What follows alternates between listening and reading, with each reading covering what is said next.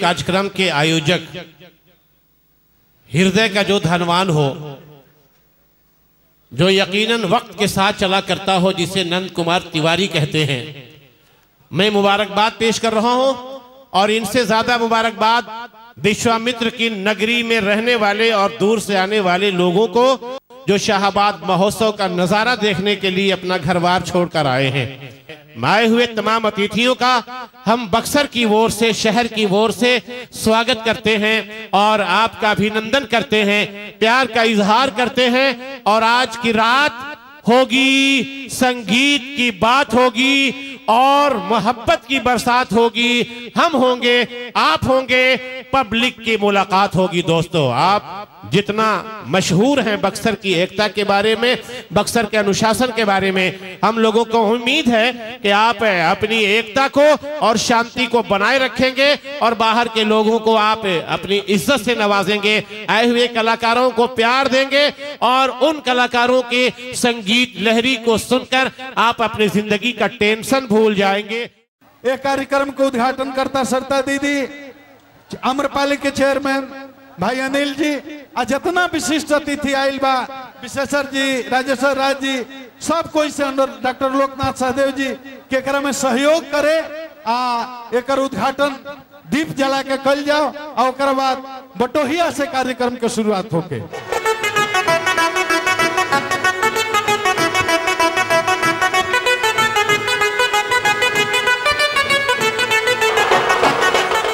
ये स्मारिका पहला बार निकलल बा।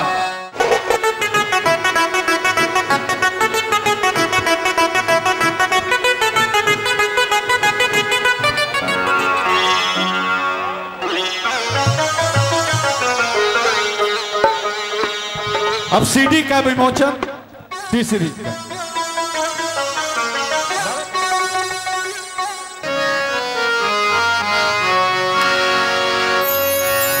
सुंदर शुभूमि भैया भारत के देशवा से मोर प्राण बसे ही हो हरे बटोहिया से मोर प्राण बसे ही हो हरे बटोहिया। सुंदर शुभूमि भैया भारत के देशवा से मोर प्राण बसे ही हो हरे बटोहिया से मोर प्राण बसे ही हो हरे बटोहिया। एक द्वार घेरे राम हिम कोता बनवा से, तीन द्वार सिंधु रावे रे बटोहिया से, तीन द्वार सिंधु रावे रे बटोहिया।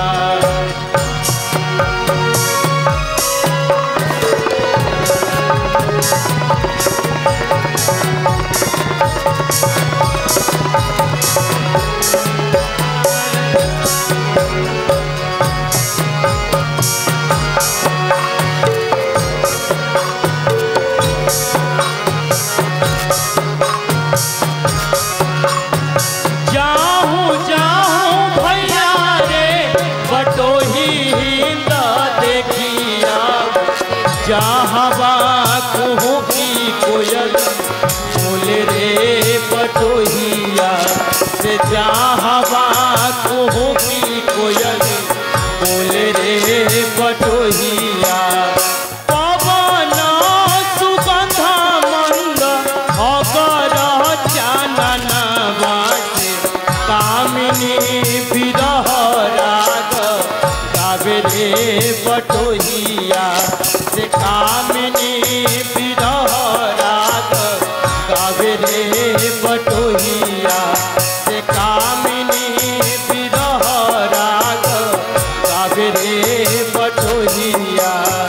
तोता तोती बोले रामा बोले, ढेंग राजा बासे बोले, ढेंग राजा बासे।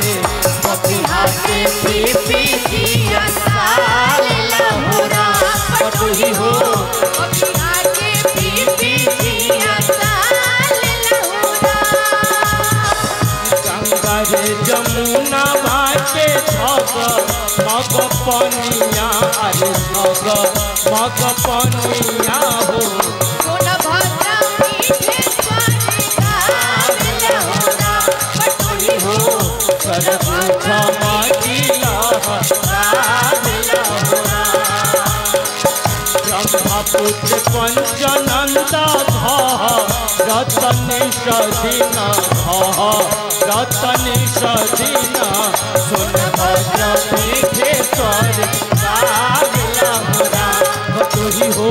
सोनभद्र मीठेश्वर राज लहुरा बटोही हो। सोनभद्र मीठेश्वर राज लहुरा।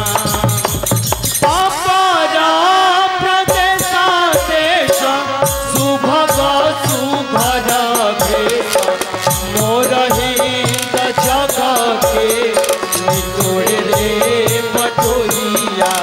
से मोर हिंद जग के निचोड़ रे बटोहिया।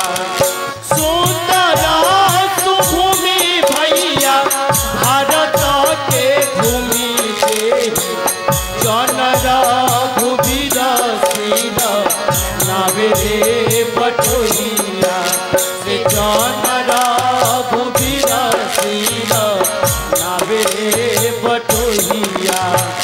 से जनर भूवीर शील नावे रे बटोहिया।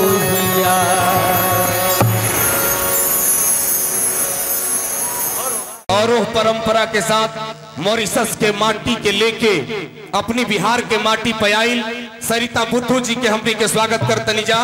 और हमने के गार्जियन आदरणीय श्री अनिल शर्मा जी उपस्थित बानी आज मुख्य अतिथि के रूप में। तो आज यही विश्वास के साथ, यही प्यार के साथ, किसी के जख्मों पे चाहत से पट्टी कौन बांधेगा, अगर बहनें नहीं होंगी तो राखी कौन बांधेगा।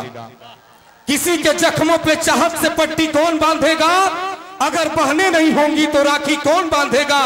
और इसी तरह से होती रही मेरी दामिनी की हत्या, तो ऐ कबूतर तेरे गले में चिट्ठी कौन बांधेगा। ऐ कबूतर तेरे गले में चिट्ठी कौन बांधेगा।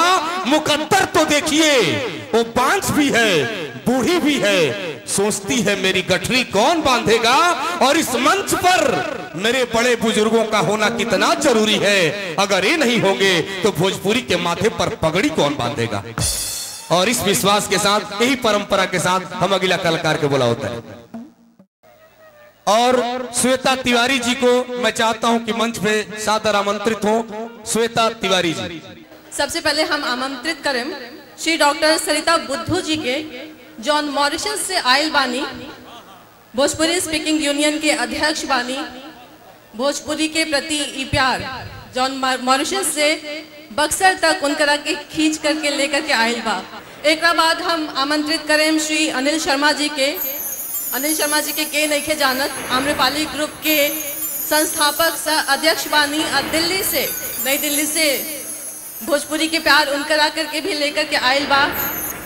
अब हम बुलावे के चाहें श्री डॉक्टर अरुणेश निरंजी के, जॉन विश्व भोजपुरी अंतर्राष्ट्रीय महासचिव बानी और मॉरिशस से बक्सर पधारल बानी श्री डॉक्टर अरुणेश निरंजी। डॉक्टर लोकनाथ सहदेव जी जॉन लंदन से आयल बानी, उनकरा के हम मंच पर आमंत्रित करे के चाहतनी। श्री डॉक्टर मोहम्मद इरशाद जॉन मस्कट ओमान से आयल बानी, उनकरा के हम मंच पर सादर आमंत्रित करे तनी। श्री डॉक्टर मोहम्मद इरशाद। एक बाद हम बुलाए के चाहें श्री अमरनाथ सिंह जी के, राजा बाबू थाईलैंड से पधारल बानी। श्री सुमन कुमार जी काठमांडू नेपाल से आयल बानी। श्री दीपक कुमार जी के बुलावे के चाहें जॉन ओमान से आयल बानी श्री अखिलेश पांडे जी जौन सुप्रसिद्ध युवा उद्यमी एवं अभिनेता बानी। श्री अखिलेश पांडे जी के बुलाए के चाहे। श्री वीके सुदर्शन जी जौन दिल्ली से आयल बानी। वीके सुदर्शन जी और बहुत बहुत स्वागत बा। श्री मोहम्मद अजीज वापी गुजरात से आयल बानी, उनकरा के हम सादर आमंत्रित करें। श्री निराला तिवारी जी ब्यूरो चीफ तहलका बिहार, निराला जी के बुलाए के चाहे हम स्टेज पर। श्री सुनील सिंह जी, श्री सुनील सिंह गोपाल जी काली से आयल बानी, संस्थापक सह संरक्षक बानी श्री सुनील सिंह गोपाल जी। बीएन तिवारी जी के हम स्टेज पर आमंत्रित करे के चाहें जो मुख्य संरक्षक और मुख्य संयोजक बानी भाई जी भोजपुरिया। श्री मनोज श्रीवास्तव जी भोजपुरी संस्थान के संस्थापन बानी, लखनऊ से पधारल बानी श्री मनोज श्रीवास्तव जी। श्री कुलदीप श्रीवास्तव जी भोजपुरी पंचायत नई दिल्ली से आयल बानी, कुलदीप जी और बहुत बहुत स्वागत बा। श्री मनोरमा पाठक भोजपुरी महिला समाज मंच से जमशेदपुर से आयल बानी श्री मनोरमा पाठक। श्री शिव शंकर तिवारी के बुलावे के चाहें। नंद कुमार तिवारी जी के हम स्टेज पर बुलाए के चाहें। श्री राजशेखर राज विधायक जी के हम स्टेज पर आमंत्रित करे के चाहतनी। श्री राजशेखर राज विधायक जी। श्री विश्वेश्वर ओझा जी के हम बुलाए के चाहतनी मंच पर, जोरदार ताली से स्वागत करी। श्री शिवपुरी जी के हम मंच पर आमंत्रित करे के चाहतनी। कि बक्सर के धरती पर किला के मैदान में पहला बार 7-8 देश से प्रतिनिधि आयल बाणन। ओमान से दीपक जी आयल बाणन, मस्कट से लोग आयल बाणन, सिंगापुर से आयल बाणन, डेनमार्क से आयल बाणन, लंदन से आयल बाणन, मॉरिशस से आयल बाणन। तो तनी ताली बजा के विदेश से आयल अतिथि लोग के अभिनंदन है बक्सर के माटी पर होके के चाहे। और दूसरा बात हमारी लोग सबसे ये आग्रह बढ़ुए कि पूरा एक लाइव शूटिंग हो रहा बढ़ुए।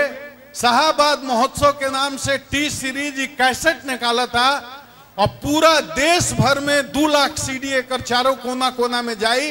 कि सबसे पहले मॉरिशस से चल के आयल बाड़ी सरिता दीदी, ये लोग एक फोन कैल और उतना कठिन समय से अपन समय निकाल के एक फोन पर मॉरिशस के धरती से जायल बाड़ी। हमनी के माटी से लाखों लाख लोग मॉरिशस गईल। हमनिए के बाबू दादा परदादा गईलन, मॉरिशस में जाके बस गईलन और मॉरिशस में हमनी के भोजपुरी के संस्कार के संस्कृति के जिया के रखले बाड़न। सरिता दीदी के स्वागत करें। भाई अनिल शर्मा जी बानी, जोरदार ताली देकर यहाँ के सम्मान में एक बार होके क्या एक बार नीरज जी के नाम पर जोरदार ताली होके के चाहे।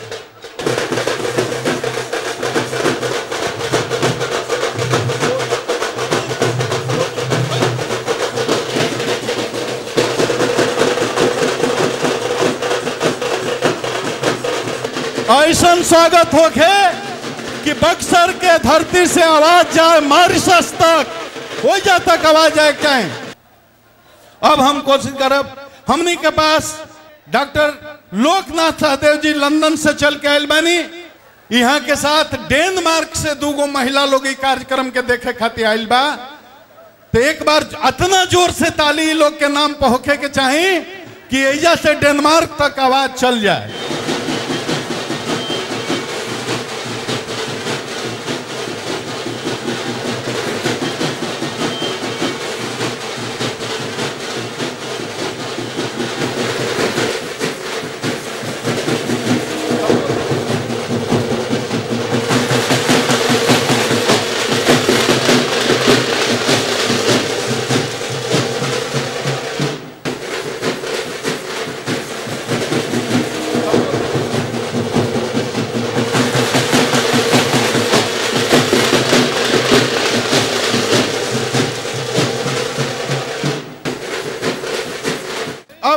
मस्कट ओमान से चल के आयल बान डॉक्टर मोहम्मद इरशाद।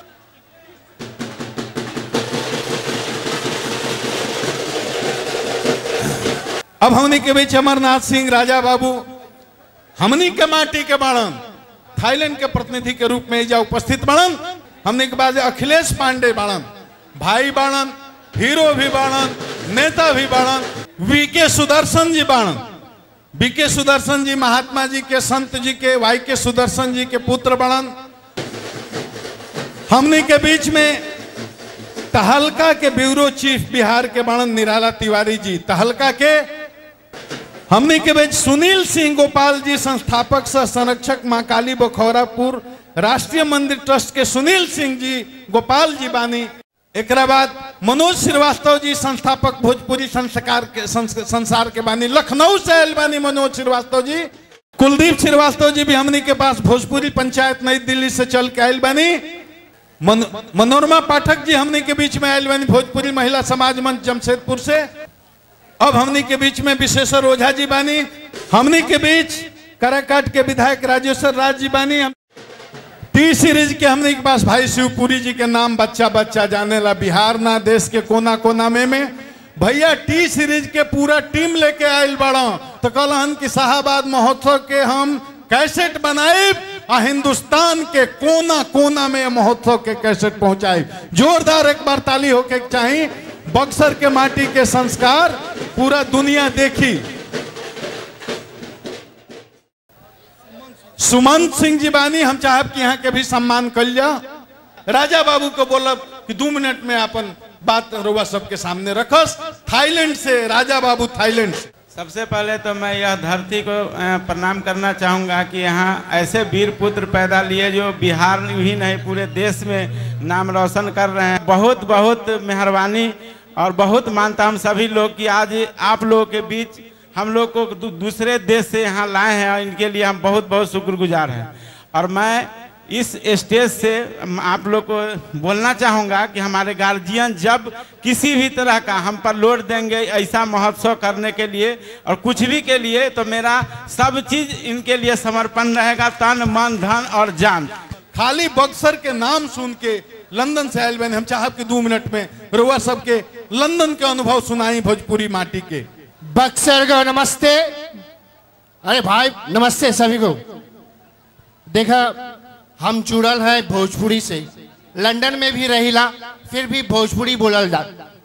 उदयेश्वर जी जो हमारे दोस्त हवन शायद आज नहीं सकन, उनकी माँ की मृत्यु हो गल आज ही।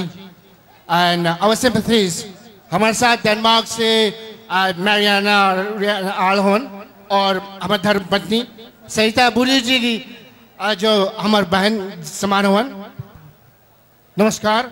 और सुदर्शन जी, देखिए भोजपुरी एक ऐसी माध्यम है जिससे हमें प्यार मिलता है। वो हमारी माँ है, वो हमारे सब कुछ है। अगर मैं यहाँ पर हूँ, चाहे मैं लंदन में रहता हूँ, उसी माध्यम के साथ मैं यहाँ पर आया हूँ क्योंकि मैं भोजपुरी बोलता हूँ। अगर आप भोजपुरी बोलेंगे तो हमारे बच्चे भी शायद यहाँ पर आने लगेंगे। तो keep it up, thank you very मच। अब डॉक्टर मोहम्मद इरशाद भाई मस्कट से आयल बाड़े, चल के मस्कट से हवाई जहाज पकड़ के समिति के बुलावला पायल बाड़े। हम चाहब 2 मिनट में अपन मस्कट में भोजपुरी माटी के सुगंध कैसे फैलल बा, मस्कट के समाचार 2 मिनट में सुना दे। राउर सबके प्रणाम बा। रउआ सबके बतलाई कि हमें अपने माई के भाषा से प्यार बा। आई प्यार हम कुशीनगर डिस्ट्रिक्ट यूपी से उठा के मस्कत में लगे नहीं।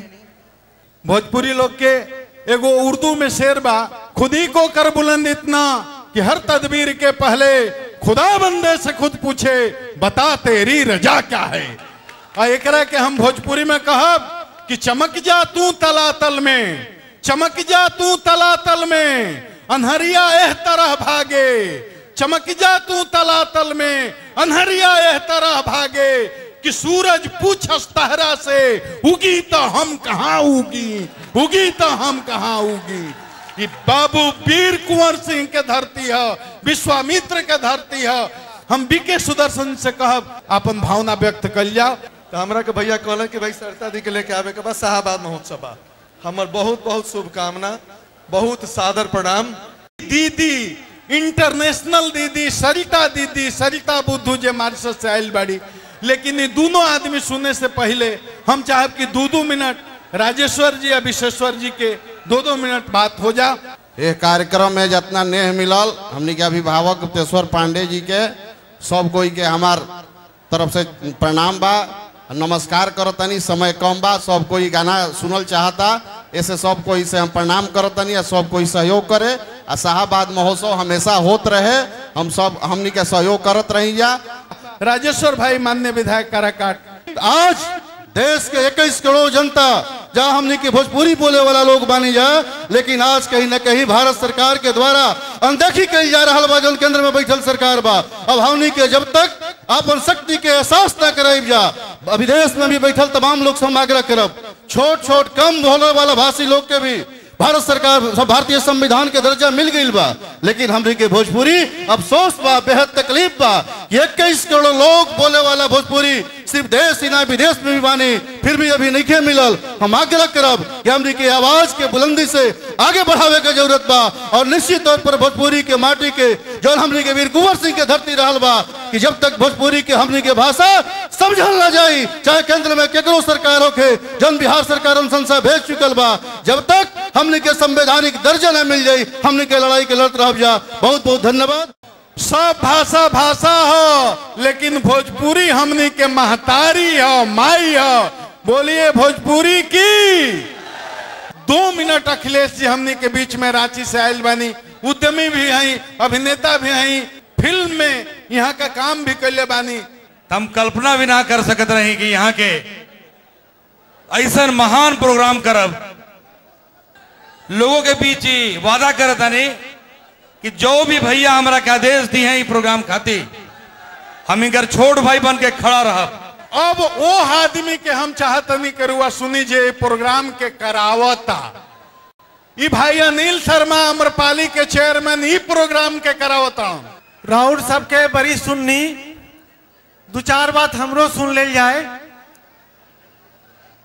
ई बाबू कुंवर सिंह की धरती, भिखारी ठाकुर जी की धरती और बाबा विश्वामित्र की धरती पर राउर सबके हमर प्रणाम बा, चरण स्पर्श बा।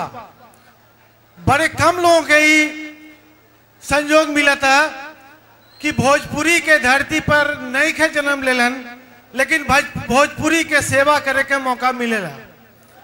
तो हम राउर सबके परिवार के धरती के पूरा भोजपुरी के नारा पूरे हिंदुस्तान में विश्व में ऊंचा करतनी। आज बहुत बड़ बड़ लोग आयल बड़न। एक चीज हम राउर सबके कहतनी, कृपया सुनल जाए, ओकर बाद तो गाना बजाना के प्रोग्राम होबे करी। एक बड़ी अच्छी बात राउर सबके कहले चाहतनी।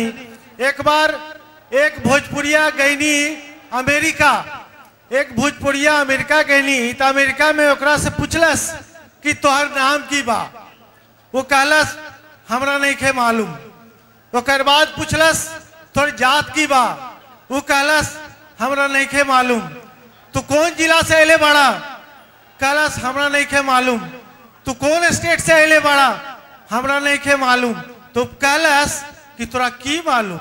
हमरा सिर्फ ये मालूम कि हम भोजपुरिया बानी, हमरा ये नहीं पता हम कौन जात बानी, हम किस राज्य से आयल बानी, हम किस धर्म से आयल बानी। हम इतनी जानत नहीं कि हम भोजपुरिया बानी, हम बिहारी बानी, हम हिंदुस्तानी बानी। रौड़ा सबके बहुत बहुत धन्यवाद। हर साल 2 गुना 4 गुना तरीके से हम सब शाहबाद दिवस मनाए। ये राउर सबके खबर देतनी कि हम यही बगल में नवानगर में बहुत बड़ा उद्योग लगेले बाड़ी, ओकरा में 1000 एकड़ के किसान के साथ टाइप के बानी, उनका के बीज खाद मुफ्त देतनी।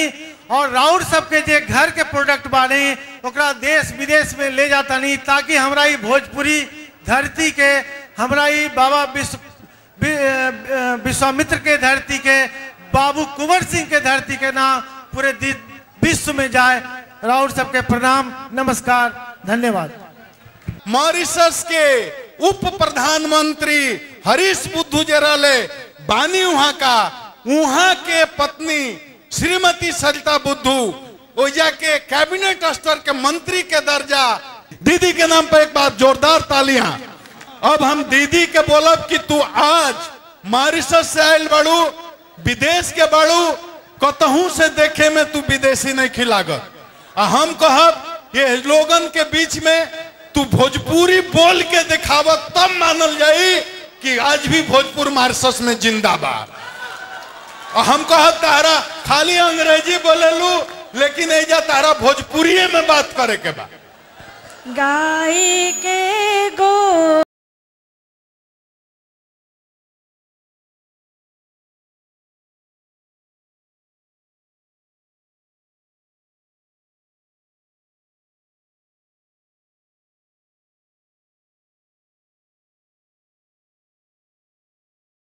शिवा के दोहाई सुनिए शिवा।